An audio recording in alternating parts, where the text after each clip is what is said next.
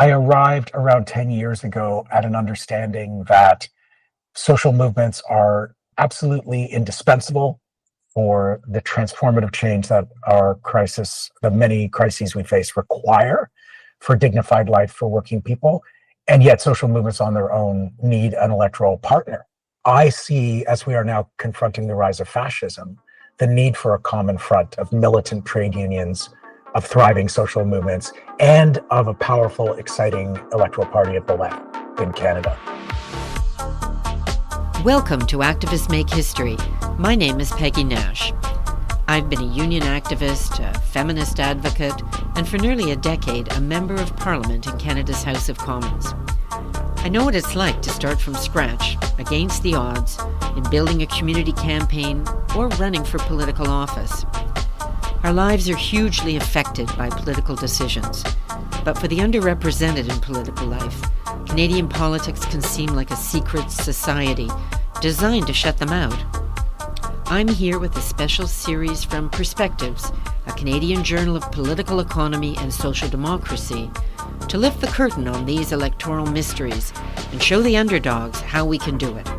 In Activists Make History, I talk to activists, experts, political leaders, and those like me who've been there and done that, to show you can make real progressive change in how Canadian democracy functions so that we can win a better world through elected office. In January 2026, I invited candidates running to be the next leader of the federal NDP onto Activists Make History for conversations from the campaign trail. Avi Lewis is a journalist, documentary filmmaker, and candidate running to be the next leader of the federal NDP. Born in Toronto, he built a career telling stories about movements for economic and social justice, from worker-run enterprises to global climate campaigns. A longtime organizer and media strategist, he's founded and led grassroots initiatives and run for Parliament twice in Vancouver, connecting bold, progressive ideas with mass public engagement. So, Avi, welcome to Activists Make History. So excited to be here. Great, welcome. So, just to begin, you come from a high-profile political and media family, and you're well known just on your own as a public figure. And you've shared a lot about yourself throughout this campaign with your supporters and through social media. To begin, tell us something that most people don't know about you. Well, there's so much. I'll tell you something that's relatively recent. I'm a hack guitar player. When I was in high school, all my friends were in bands and I wasn't. And I was convinced by the age of 18 that I would never be a musician because it was already too late.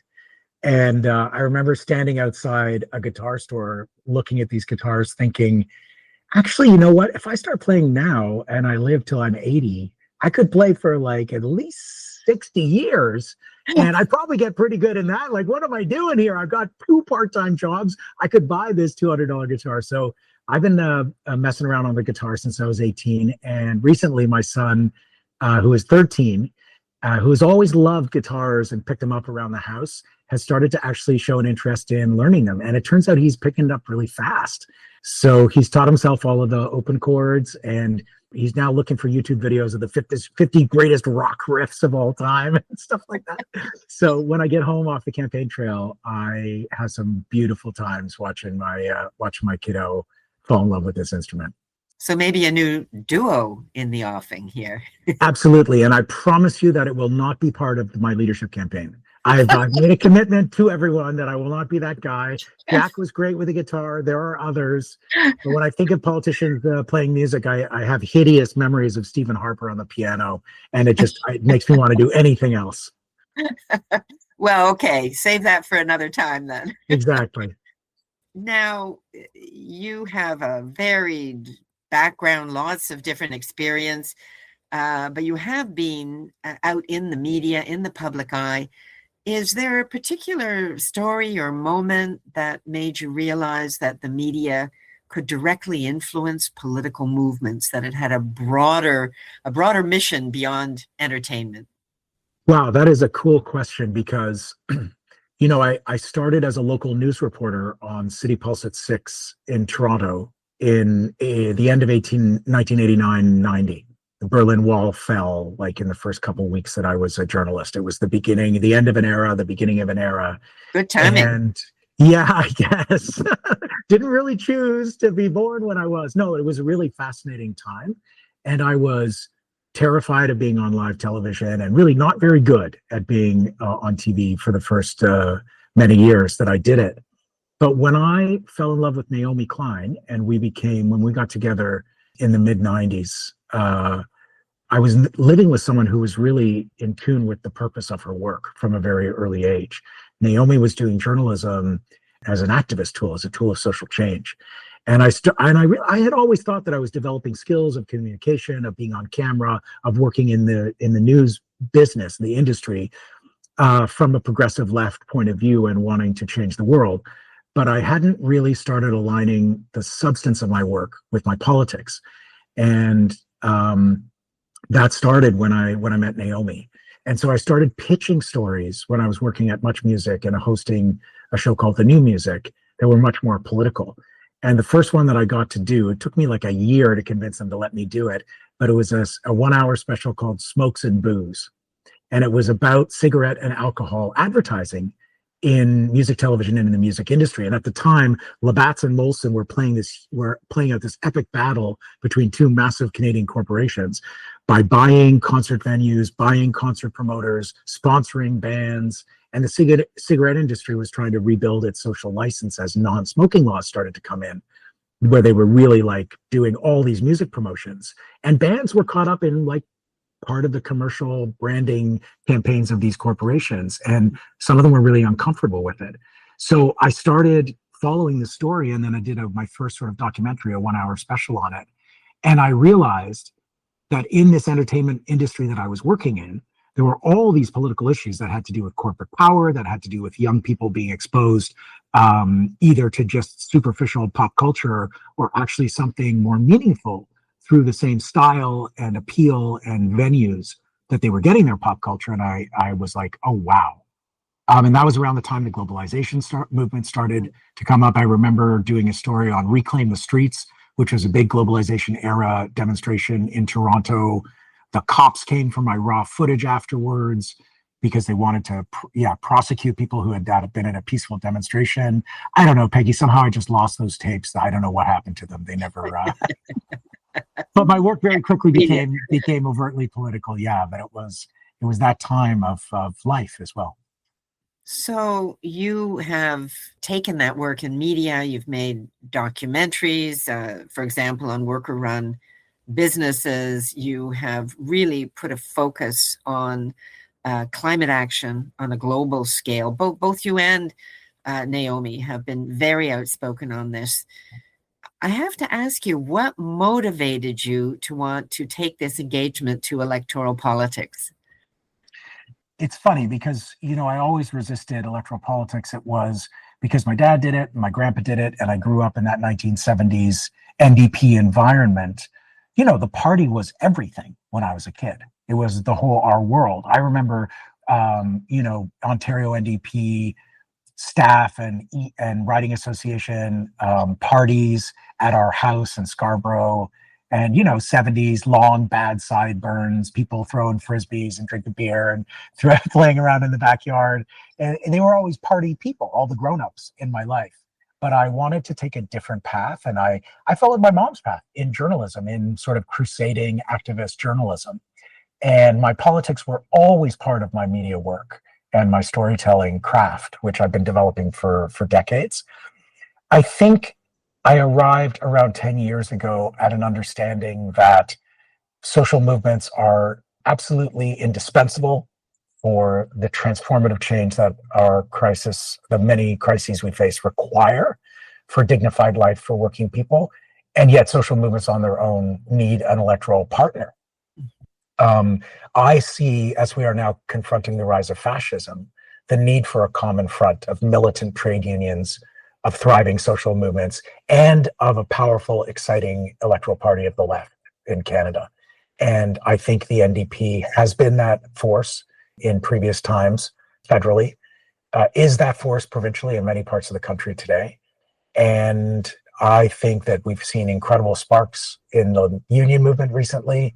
The flight attendants, the education workers in Ontario who almost came to the brink of a general strike and faced down hostile governments and the notwithstanding clause, and social movements coming together, like in the Draw the Line mobilizations this past fall, and seeing common cause. And I think that's what it's going to take. So I feel like I tried lots of different things and was really embedded in different social movements, workers' movements, climate movement, as you say, and saw an opportunity maybe to offer myself as a way of connecting those two worlds better, because I have a lot of relationships in social movements across the spectrum, from environment and labor to migrant rights and indigenous rights, long-standing relationships from the work that I've done. And I think the party has a new opportunity now in our moment of revitalization and renewal and rethinking to connect more deeply with the power of social movements and to start building trust, which I think has been eroded over the years between various movements and the party in different spaces over different issues. And there are also links that are still really strong. But having a familiarity with the outside and the inside, I feel like an inside-outside approach is really needed now when we need to expand the party massively beyond the existing base.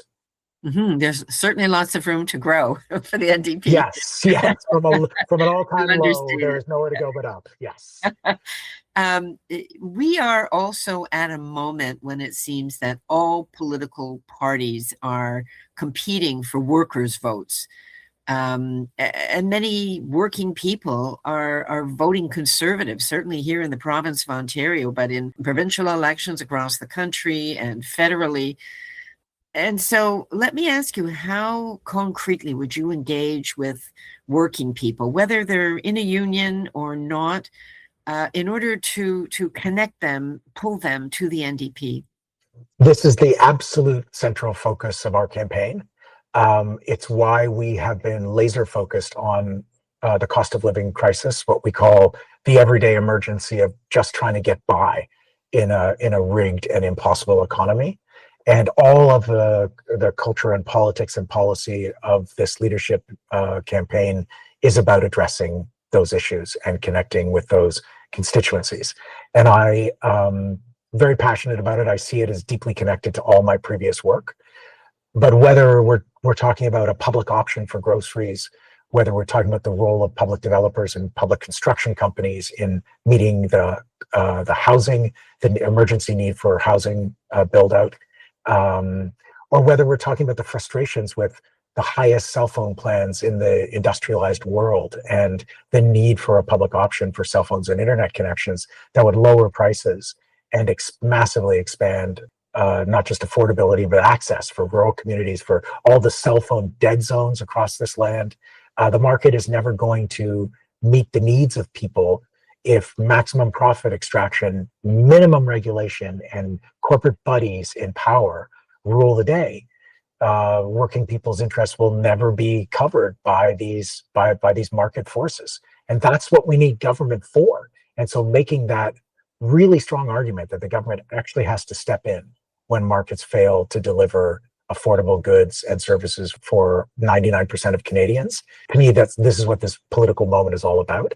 And I think that we left a lot on the table for the right, unfortunately, in the last generation. Not that we weren't making good policy proposals. I think it was more a question of the tone and energy of our politics. People are angry. People are angry at how unfair everything is. Working class people see that the big six banks made $70 billion in profits last year. And people who get performance-based pay on Bay Street, stock traders and analysts and investment bankers, get 15% raises in their compensation year after year after year. And people are watching inflation and the price of everything spike, and they get 1%, they get 2%. Many people get thrown out of work and make a whole lot less money than they used to make. And so this incredible grinding unfairness of our economy has made people angry. People are enraged. And Poilievre and the modern conservative movement, they're rage farmers. They punch down at immigrants and trans kids, and they demonize people who are the least powerful society, and they try to get working people ensnared in this culture of being angry all the time. And I think we know their solutions will not help working people. We know their solutions will only increase inequality, make things even worse for the majority. But they're really good at speaking to the rage at unfairness and blaming it on others. And I think we have an absolute need to offer a populist left politics that acknowledges the rage, that shows people our passion and excitement for change, but actually offers solutions that would directly benefit the 99% and would only cost the people who are hoarding wealth at the very top of society. So things like a wealth tax supported by 88% of Canadians. We've been proposing a wealth tax of at least 1% on the 1%, and it goes up to 2%, 3%, depending on how wealthy you are, could generate $25 to $40 billion a year. This is incredibly popular. This is how we win, by actually presenting a story of why things are so bad, of who's to blame, and it's not punching down, it's looking up, and then proposing solutions that are as big as the crises we face. And this is how, I think this is how we reconnect with working people. And so far on our campaign, we've had tremendous success with these very popular policies that are building a lot of momentum.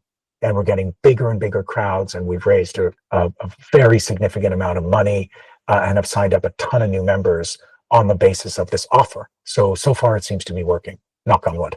Yeah, none of it easy, right? None of the work to build that support easy.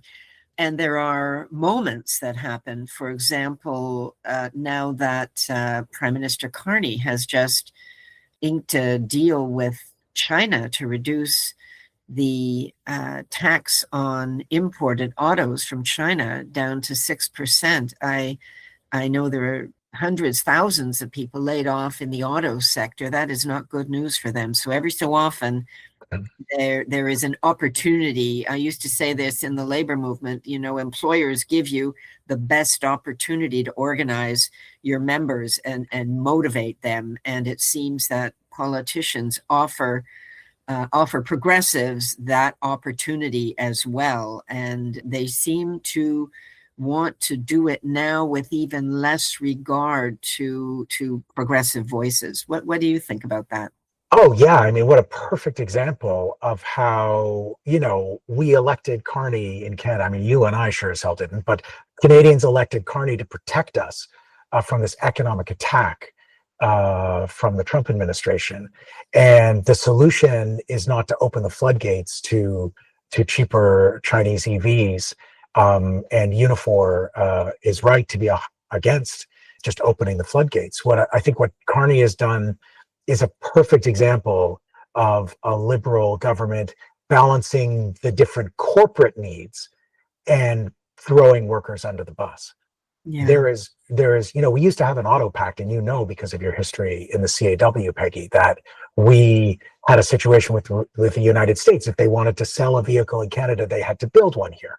Yeah. Now, that was based on cross-border value-added manufacturing in the auto sector, and we don't have that with China. But if we're going to do a deal with China, it has to be that they have to create union jobs in Canada if they want to sell their vehicles here. That's how we brought Honda and Toyota to Canada in the 80s, by giving them a break on tariffs if they created unionized production in Canada. And that's what we should be doing. That's why on our campaign is calling for a Canadian Green New Deal. One of its many aspects would be an electric bus revolution in Canada, mass transit produced in Canada under public ownership, that would create tens of thousands of unionized jobs, use Canadian steel, which we can't sell to the US because of tariffs, and reconnect our country, where like Greyhound abandoned the prairies just a few years ago because it wasn't profitable enough. And we need to reconnect communities, get people to their families and doctor's appointments, and we should be doing it without increasing emissions in the third largest sector of emissions in our country, transportation, while we create jobs and use Canadian materials. This is a way that we put workers at the center of the changes that we need to make, both around climate policy, but also around trade policy. And so for Carney to open the door to electric vehicles, it's not going to solve the climate problem because there's a very small number of them initially, only 50,000. It's not going to solve the tariff problem because we're going to get blowback from the United States. We need to make our economy more independent by doing those things here in Canada. And if foreign companies want to do it, then there have to be real conditions, not just giving them billions of dollars of tax credits and public subsidies, but actually having hard conditions that they must create unionized jobs right here in Canada and use Canadian materials. And we've done it before. We can do it again. Mm-hmm. Yeah, I think the dynamic is changing now in Canada after decades of race to the bottom and the lowest cost at all costs. I think Canadians are starting to realize the limits of that and the importance of Canadian production. But I want to, we only have a few minutes left. I want to ask you about the different interests or goals of Canadians across the country. As you know, it is such a vast country, and the priorities of people in northern Saskatchewan are not the same as people in Montreal or Vancouver Island. And we are a federation, so we have a provincial structure where premiers and provincial governments make decisions over many of the concerns that people have, and people don't care whether it's federal, provincial, municipal, whatever. They just want their issues addressed. So my question to you is, yes, you're running to be a national leader, but how would Avi Lewis, as a federal NDP leader, deal with NDP premiers or NDP leaders in provinces across the country? Well, it's already begun. And what do Democrats do is we pick up the phone, Peggy. You know this. You pick up the phone and you talk to other members of the NDP family.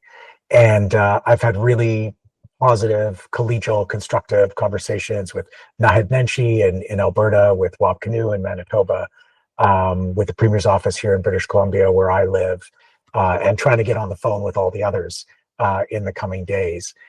Because there are differences. There have always been differences, as you mentioned, regional differences, but also policy choices and political differences in different parts of the NDP family. It wasn't that long ago that Premier Rachel Notley took BC wines off the shelves in Alberta when she disagreed with NDP Premier John Horgan in British Columbia over the Trans Mountain Pipeline. So these differences are not new. They're, as you say, a reflection of the different needs of different parties in different places.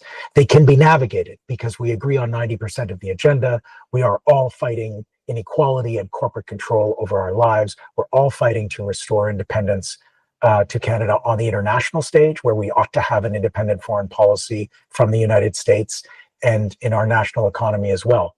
And so, we don't always agree. But what we do is we disagree respectfully. We reinforce the places where we do agree. And we're much better off when we have clarity around the different offers. The NDP's road back to relevance nationally, I am convinced, is as a party of real climate action. And that doesn't mean throwing workers under the bus. It's the opposite. The NDP is the only party that can be trusted to prioritize taking care of workers as we transition off fossil fuels. And the fossil fuel bet right now is a very precarious one, with the United States taking over Venezuela's oil and with China getting off fossil fuels faster than anybody anticipated.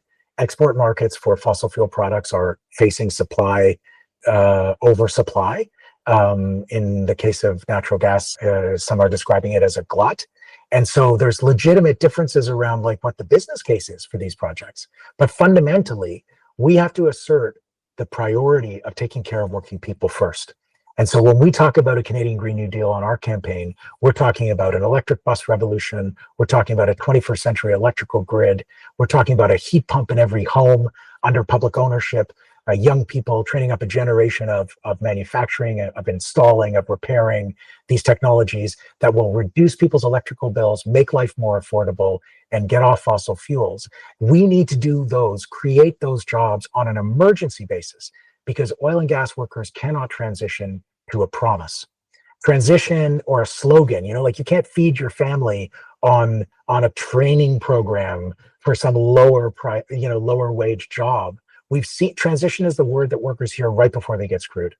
Ask forestry workers in BC or fishing families on the East Coast. So we need to build out those new industries of the next economy on an emergency basis so that workers have good family supporting unionized jobs to transition into.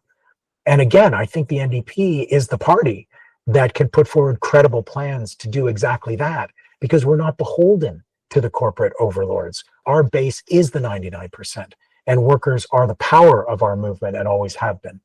We might disagree on the specifics of that, but ask any NDP leader in this country would agree with that last part, that we've got to put workers first in all of our plans. And that's what they feel they're doing with projects that some of us may take exception to. And so we have that shared value of justice underlying all of the reason why we do politics in the first place. And working out our positions on different issues is possible when we actually agree on the fundamentals. I can hear your passion and your excitement, even at this stage in the leadership campaign. Now, I know you teach climate justice at the University of British Columbia, so you are listening to young people. What can you tell us about their hopes, their goals, and what advice are you giving them? Yeah, I haven't taught for a little while because I took a leave to run in the last election, and then I extended it to run for leadership. I am auditioning for a new job, as you know, at the moment. But I have taught for some years, and students who enroll in a course like climate justice are coming in, like all students, with debt, with anxiety, with high tuition, with a devastating housing market, working while they go to school, and waking up every morning like all of us, scared to look at our phones to see what fresh horrors await us with every day of this cartoonishly awful time that we're living through. And so young people are carrying a huge amount of anxiety and stress. And they're also facing AI, which is like already generative AI is wiping out entry-level jobs in all kinds of industries. Talking to someone in a unit, I'm trying to remember exactly what the course was, but they had a bunch of placement students that they had finally placed in a university course in industries. I think it was animation, actually. Yes, it was. In Vancouver has a really strong links with the motion picture industry and the animation community. And some of these programs, like at Emily Carr, they finally get their students placed, and then the entire entry-level position in that field is taken over by AI. And so young people are facing unbelievable challenges, let alone never having a hope of even owning a home. How do you motivate them? How do you motivate? We talk about where is the wealth and the capacity in the society. And it turns out we're living in a country which is awash in wealth. And the big six banks made $70 billion in 1 year last year. And young people know that and are angry about that. And it's really a process of taking all that fear and anxiety and anger, and the antidote to despair is action. And creating pathways into activism for young people is really important. So in the climate justice course, I don't teach academic texts. I have no academic standing whatsoever. I have a BA from like 1980 something and no other qualifications. They hired me because of my climate communications work. Filmmaking and storytelling. And so the course reading is all from activists and movements and NGOs and organizations that are presenting a vision of the world that we're fighting for, and are showing, and we emphasize the victories, small scale and large scale, that movements have had over years, and really unleash the power of the imagination to see how all of this wealth and capacity in this world could be channeled to people's well-being and to our survival on the planet, on a livable planet. And it's actually encouraging a spirit of play. Like I divide up, I have a class of like 100 students. And the first thing I do is divide people into groups of 7 or 8 so that we create micro communities within the class. And I found a perfect classroom that I always book in advance. It's kind of like a cruise ship dinner theater with like levels going up and all these little tables that have wheels on the chairs so people can move around. And group discussion and group work is a really important part of the way I teach, because it's a hard subject to confront as atomized individuals.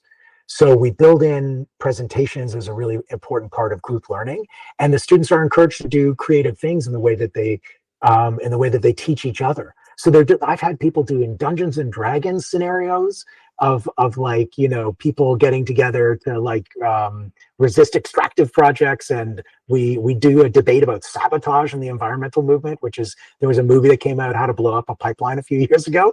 It's like a lighter, it's like a little bit surreal, but there's a big debate about sabotage. Oh my God, what a heavy duty, concept. So we lighten it by like doing more playful treatments. I had a student who took different colored beans and lentils to show the concept of atmospheric space and how much of the available atmospheric space had been used up by rich countries, how much was left for the global south.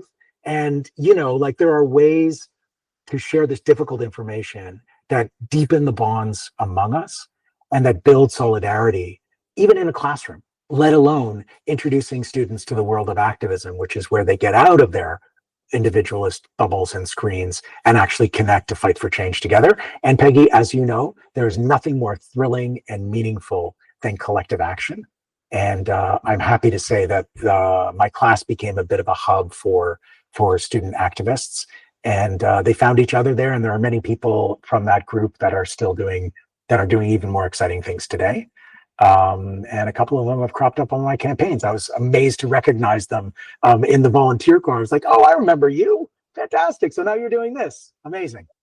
Well, if you can take inspiration, play, and maybe throw in some food in terms of building political movement and changing the landscape in politics, that will be a very inspiring initiative. So listen, unfortunately, our time is up. Thank you so much. But I need just to ask you, what is the best way for people listening to get in touch with you? Yes, fantastic. Thank you for asking. lewisforleader.ca is our website. Easy to remember. And if you don't have a membership already, buy a membership, join the party so you can have a say in this leadership election. If the deadline is passed, get involved, come to convention in Winnipeg at the end of March. It's going to be a really exciting time. No matter who wins, it's going to be a really exciting time to rebirth this party. The deadline to sign up for membership so you can vote? January 28th. You got to be a member before January 28th in order to have a say in this leadership election. And a lot of people who have donated in the past or voted in the past assume that they're members. It doesn't mean you're a member. One of the things we want to get better at in the NDP is reminding people when their memberships expire so that we can make sure that our membership base is really strong. So rather than checking, just to, spend the $10 or the $25 if you're unfortunate enough to live in Ontario, or if you're underemployed, check the box and pay $5 and become a member of the NDP and be a part of this. Avi Lewis, thank you so much. Best of luck to you. Thanks, Peggy. Thank you so much.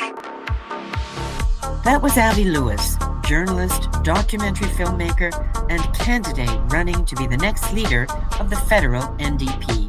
Activists Make History is a special podcast series from Perspectives, a Canadian journal of political economy and social democracy, a publication and production of the Broadbent Institute. This show could not have been made possible without the generous contribution of Unifor, Canada's largest private sector union. If you'd like to hear more from Activists Make History, share and subscribe to Perspectives Journal on all major podcast platforms, as well as Press Progress's Sources podcast that digs deeper into the news stories you won't find in the major papers. The Perspectives Journal podcast and Sources are proud members of the Harbinger Media Network, Canada's progressive podcast community. Once again, I'm Peggy Nash, your host for Activists Make History and proud member of the Broadbent Institute's Board of Directors.